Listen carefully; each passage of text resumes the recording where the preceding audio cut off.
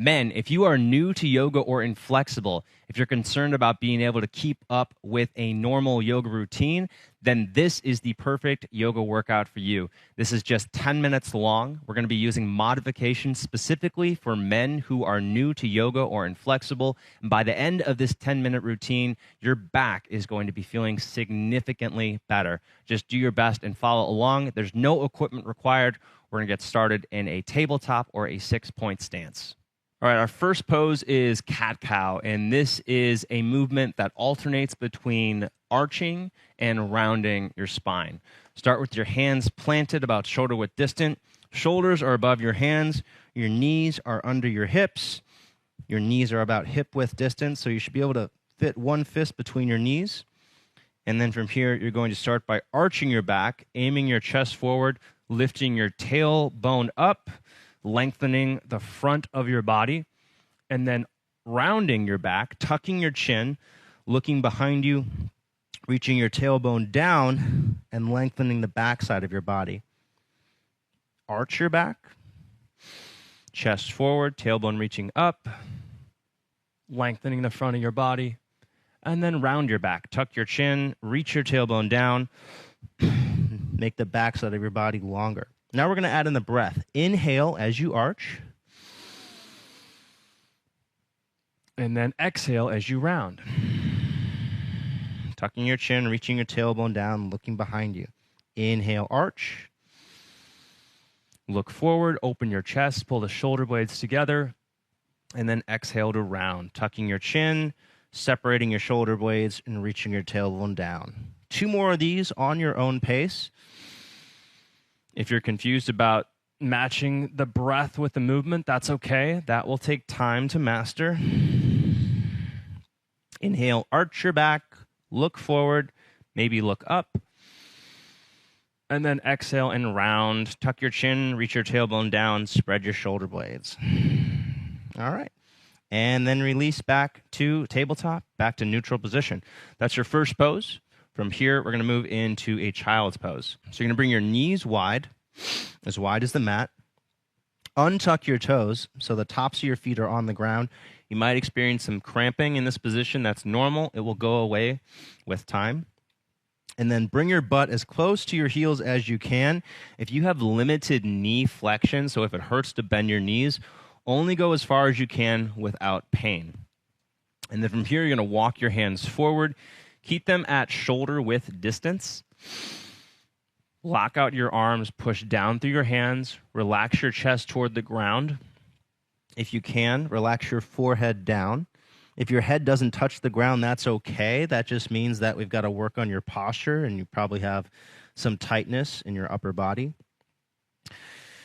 And again, the knees are going to just bend as much as you can without pain. So there's no point in bending your knees if there's pain. Just only bend as much as you can comfortably. And then you're pushing down through your hands, ideally feeling a stretch through your shoulders. You're going to feel this around your armpits. And if your hips are tight, you're going to feel stretching on your inner thighs and your groin. This is called a child's pose. This is a really good stretch for your back, for your hips. It's also a really good pose for calming down. So it's really good for if you're anxious, if you're feeling stressed. This is a really good one to practice. As you're here, we want to practice breathing in and out of your nose. Really slow, controlled inhales and exhales. Breathing should be a lot slower than what you're used to just in day-to-day life. And if that seems weird at first, that's okay. That's normal. It's going to get less weird with time. So just try to be consistent if you can. 3 times per week is a good amount to get started with.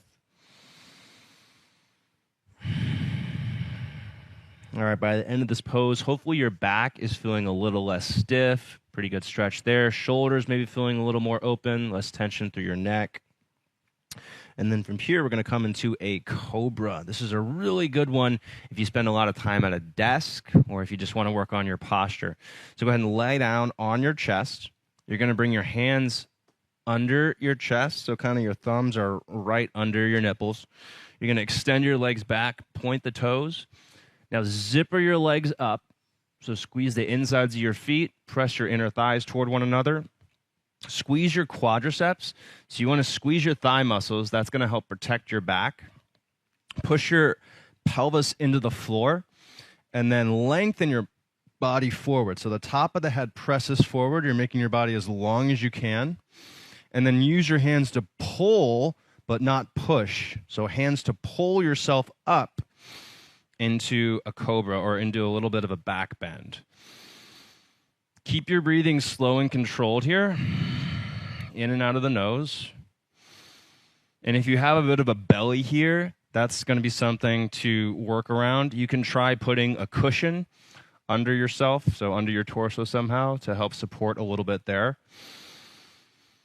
And we're doing our best to breathe slow and controlled in and out of the nose.